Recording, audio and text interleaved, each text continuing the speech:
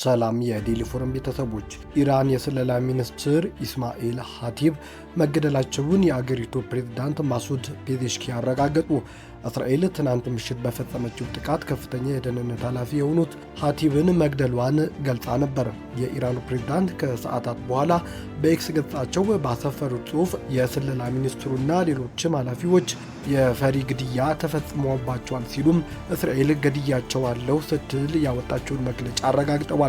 ፕሬዝዳንቱ ውድ ባልደረቦቼ ኢስማኤል ሀቲባ፣ አሊ ላርጃኒና አዚዝ ናስርዛዴህ እንዲሁም የተወሰኑ የቤተሰብ አባላትና አብረዋቸው የነበሩ ቡድኖች ላይ የተፈጸመ የግፍ ግድያ ሐዘን ጥሎብኛል ሲሉም ፕሬዝዳንት ፔዜሽኪያን ገልጸዋል። ፕሬዝዳንቱ የጠቀሷቸው የኢራን ብሔራዊ የደህንነት ጠቅላይ ምክር ቤት ዋና ጸሐፊ አሊ ላርጃኒ በእስራኤል ጥቃት የተገደሉት ከትናንት በስቲያ ሌሊት ነበር። የቀድሞ መከላከያ ሚኒስትር አዚዝ ናስርዛዴህ ደግሞ በመጀመሪያ ቀን ጥቃት የጠቅላይ መሪው አያቶላ አሊ ኻሜኒ ጋር ከተገደሉ ወታደራዊ አመራሮች መካከል አንዱ እንደሆኑም ተነግሯል።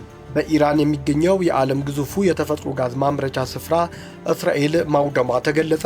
በኢራን ደቡብ ፓርስ የጋዝ ማምረቻ ስፍራ የሚገኘው የፔትሮኬሚካል ተቋም የአየር ድብደባ እንደተፈጸመበት ከእስላማዊ አብዮታዊ ዘብ ጋር ግንኙነት ያለው ታሲም የዜና ወኪል ዘገበ። ኳታር እስራኤል በተፈጥሮ ጋዝ ማምረቻ ስፍራዋ ላይ የፈጸመችውን ጥቃት አደገኛና ኃላፊነት የጎደለው ስትልም ኮንናለች።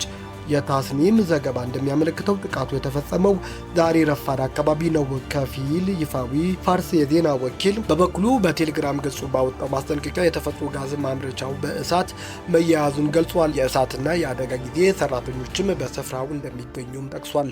በዓለም ትልቅ በሆነው የተፈጥሮ ጋዝ ማውጫ ስፍራ ደቡብ ፓርስ ውስጥ የኳታርና ኢራን ማምረቻ ተቋማት ይንቀሳቀሳሉ።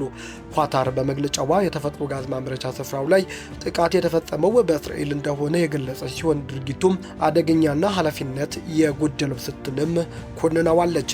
የኳታር የውጭ ጉዳይ ሚኒስትር ቃል አቀባይ ማጅድ አልናስር በኢነርጂ መሰረተ ልማት ላይ የሚፈጸም ጥቃት የዓለም የነዳጅ ደህንነት ላይ ስጋትን እንደሚደቅን አስጠንቅቀዋል። ከዚህ በፊት በተደጋጋሚ እንደገለጽነው ወሳኝ ተቋማት ኢላማ ከማድረግ መቆጠብ እንደሚያስፈልግ እንገልጻለን ያሉት ቃል አቀባዩ ሁሉም ወገኖች ዓለም አቀፍ ሕግን እንዲያከብሩና ውጥረቱን ለማርገብ እንዲሰሩም ጥሪ አቅርበዋል። የኢራን አብዮታዊ ዘብ በሳውዲ ኤምሬትስና ኳታር የነዳጅ ማውጫ ላይ ጥቃት ሊሰነዝር እንደሆነ አስጠነቀቀም። የኢራን እስላማዊ አብዮታዊ ዘብ ሳውዲ አረቢያ፣ የተባበሩት አረብ ኤምሬትስና ኳታር ውስጥ በሚገኙ የነዳጅ ማውጫ ስፍራዎች ላይ ጥቃት ሊሰነዝር እንደሚችል አስጠንቅቋል። በዚህ ምክንያት በባህረ ሰላጤው አካባቢ ባሉ የነዳጅ ማምረቻ ተቋማት ውስጥና በስፍራው የሚገኙ ሰዎች ቦታውን ለቀው እንዲወጡም ትዕዛዝ ተላልፏል። ከአብዮታዊ ዘብ ጋር ግንኙነት ያለው ታሲም የዜና ወኪል በቴሌግራም ገጹ ላይ አስቸኳይ ማስጠንቀቂያ በሚል ባወጣው መልእክት ዜጎችና ነዋሪዎች በዝርዝር ካስቀመጧቸው የነዳጅ ማዕከላት አቅራቢያ እንድትርቁ ሲልም አስጠንቅቋል።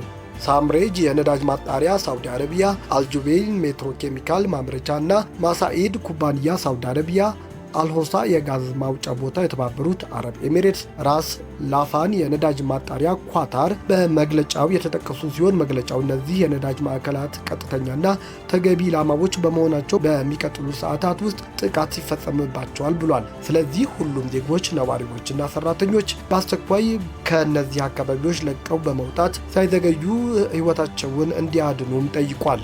ለተገደሉ ባለስልጣናት የሽኝት ስነ ስርዓት ከፍተኛ ቁጥር ያላቸው ኢራናውያን አደባባይ ወጥተው ሀዘናቸውን መግለጻቸው ተነገረ። ማክሰኞ ዕለት በእስራኤል ጥቃት በተገደሉት የኢራን ብሔራዊ የደህንነት ጠቅላይ ምክር ቤት ዋና ጸሐፊ አሊ ላርጃኒ የሽኝት ስነ ስርዓት ላይ ከፍተኛ ቁጥር ያለው ሕዝብ መገኘቱን ከቴህራን የሚወጡ መረጃዎች አመልክተዋል። በኢራን መንግስት ውስጥ ከፍተኛ ተሰሚነት ከነበራቸው ላርጃኒ በተጨማሪም በተመሳሳይ በእስራኤል የተገደሉት የአብዮታዊ ዘብ የሚሊሻ ክንፍ የሆነው የባሲጅ ታጣቂ ኃይል አዛዥ ዛጎላማሬዝ ሶሌማኒም በአሜሪካ ጥቃት በተፈጸመው የኢራን ጦር መርከብ ላይ ለተገደሉ 84 ባህርተኞችም በአንድ ላይ ሽኝት ተደርጎላቸዋል። ኢራን አሏት ከሚባሉ ቁልፍ ባለስልጣናት መካከል አብዛኛው መገደላቸው ሲቀር ስማቸው ያልተጠቀሰ አንዱ ብቻ በሕይወት አሉ ተብሏል። አሜሪካና እስራኤል በኢራን ላይ የሚያካሂዱት ጥቃት ከጀመሩበት ደቂቃ አንስቶ እስካሁን ድረስ ዋነኛ ኢላማ እያደረጓቸው ያሉት የአገሪቱ ከፍተኛ ፖለቲካዊና ወታደራዊ መሪዎችን ነው።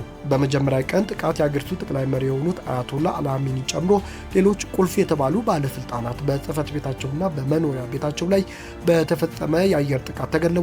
በአገሪቱ ውስጥ በተያያዘ የስልጣን ደረጃ ላይ የሚገኙ በርካታ ፖለቲካና ወታደራዊ ባለስልጣናት ባለፉት ዓመታት ጨምሮ ተገድለዋል። አሁን የተከፈተው ጦርነት ደግሞ ሌሎችንም የጥቃት ኢላማ አድርጓል። እስካሁን ድረስ የኢራን ከፍተኛ መሪዎች የተገደሉት መንፈሳዊ መሪው አያቶላ አሊ ኻሜኒም፣ አሊ ላርጃኒ የብሔራዊ ደህንነት ጠቅላይ ምክር ቤት ዋና ጸሐፊው፣ አሊ ሻምሃኒ የመከላከያ ምክር ቤት ኃላፊ፣ መሐመድ ፓኩፐር የአብዮታዊ ዘብ ዋና አዛዥ፣ አሚር ናሲዛዴህ የመከላከያ ሚኒስትር፣ አብዱልራሂም ሙሳሺ የጦር ኃይሎች ኢታማጆር ሹም ሲሆኑ አሁን በከፍተኛ ባለስልጣንነት የቀሩት የወቅቱ ፕሬዝዳንት ማሱድ ፔዜሽኪያን ብቻ ናቸው። ኢራን ለመጀመሪያ ጊዜ የሃጂ ቃሲም ባላስቲክ ሚሳኤል የተተኮሰበትን ምስል ይፋ አደረገች።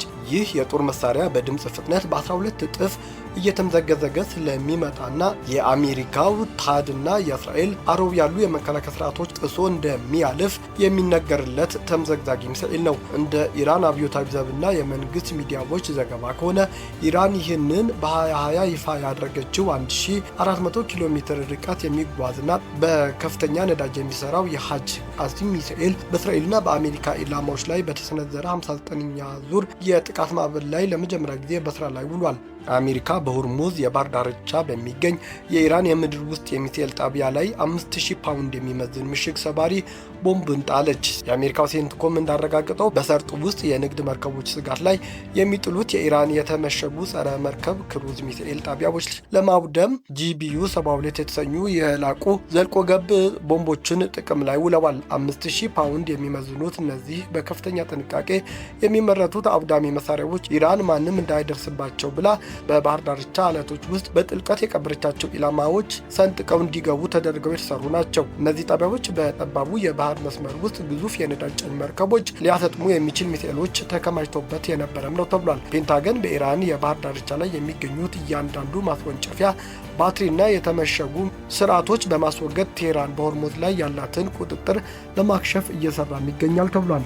ወደ እስራኤል ከኢራን የተተኮሱ ተከታታይ ሚሳኤሎችና ሌሎችም ተተኳሾች በሀገሪቱ ከፍተኛ ፍርሃት ፈጥረዋል ተባለም። ከተያዘችው የዌስት ባንክ ከተማ ራማላ ሆና ሁኔታውን የተከታተለችው የአልጀዚራ ዘጋቢ ኒዳ ኢብራሂም እንዳቀረበችው ዘገባ በተለይም ለቴል አቪቭ ቅርብ በሆነ አካባቢ በደረሰ ቀጥተኛ ጥቃት የሁለት እስራኤላውያን ሕይወት አልፏል። የዓይን እማኞች እንደገለጹት ጥቃቱ ቀጥተኛና ኃይለኛ በመሆኑ በመኖሪያ አፓርትመንታቸው መሃል ላይ ትልቅ ጉድጓድን ፈጥሯል ተብሏል። አሳዛኙ ነገር ደግሞ ሟቾቹ በቤታቸው ውስጥ የደህንነት መጠለያ ክፍል ቢኖራቸውም አደጋው ከመድረሱ በፊት ወደ ክፍሉ ለመሸሽ የሚያስችል በቂ ጊዜ አለማግኘታቸው ነው ተብሏል። ይህ ክስተት በእስራኤላውያን ዘንድ የሀገሪቱን የመከላከያ ብቃት በተመለከተ ትልቅ ጥያቄና ስጋትን ደቅኗልም ተብሏል።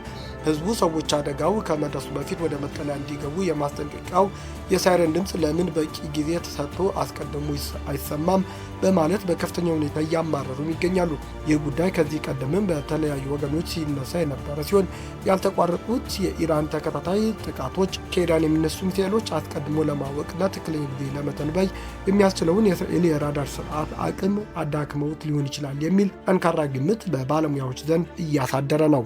እስራኤልና አሜሪካ በኢራን ላይ የከፈቱት ጦርነት የኢራን አጸፋ በአፍሪካ ሀገራት ላይ ከፍተኛ የምጣኔ ሀብት ቀውስ እያስከተለ ነው ተባለም። በጦርነቱ ምክንያት ከአፍሪካ ወደ መካከለኛው ምስራቅ የሚላኩ የግብርና ምርቶች፣ የስጋ ከብቶችና ቅመማ ቅመም ምርቶች ገዢ አጥተዋል ተብሏል። ከሳህራ ከፍተኛ የግብርና ምርቶች ወደ መካከለኛው ምስራቅ የምትልከው ደቡብ አፍሪካ ብዙ ሺህ ቶን የሚመዝን አትክልት፣ ፍራፍሬና ሌሎችም የግብርና ምርቶች በየወደቡና መጋዘን ተከምረው እየተብላሹ ነው። በርካታ የስጋ ከብቶች ከሚልኩት አካባቢዎች አንዷ የሆነችው ሶማሌላንድም የውጭ ገበያ ምንጭ ተዘግቶባታል። የአፍሪካ ሀገራት ከመካከለኛው ምስራቅ የሚያስገቡት የነዳጅ ዘይት፣ ማዳበሪያና ሌሎችም ሸቀጦች ማጓጓዝ ባለመቻላቸው በየሀገራቱ እንቅስቃሴና የምርት ሰንሰለት ላይ ከፍተኛ ጫና አሳድሯልም ተብሏል። ዘገባዎች እንደሚያሳዩት የሆርሙዝ ወሽመጥ በመዘጋቱ የነዳጅ ዘይት አቅርቦት ቀንሷል። ዋጋውም በእጥፍ ንሯል። የነዳጅ ዘይት ዋጋ ዛሬ በአማካይ $108 ገብቷል። ከጦርነቱ በፊት ከነበረበት 40 በመቶ ጨምሯል ማለት ነው።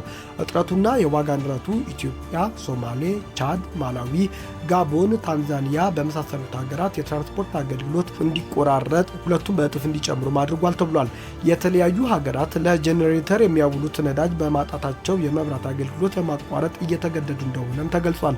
ኢራን በሆርሙዝ ወሽመጥ በኩል የሚቀዝፍ የእስራኤል የዩናይትድ ስቴትስ እና የተባባሪዎቻቸው ሀገራት መርከቦች እንደምትመታ በመዛቷና በመምታቷም ጭምር በብዙ መቶ የሚቆጠሩ መርከቦች በያሉበት ለመቆም ተገደዋል። የኢራንን እገዳ ለመስበር የተለያዩ ሀገራት የጦር መርከብ እንዲያዘምቱ የአሜሪካ ፕሬዝዳንት ያቀረቡት ጥያቄም በብዙ ሀገራት ዘንድ ተቀባይነት ሳያገኝ ቀርቷል። ቤተሰቦቻችን ዜናዎቻችን ከወደዳችሁት ላይክ አድርጉ፣ ለሌሎችም ተደራሽ እንድንሆን ሼር አድርጉ። አዲስ የሆናችሁ ቤተሰቦች ደግሞ ሰብስክራይብ ማድረጋችሁን አትርሱ።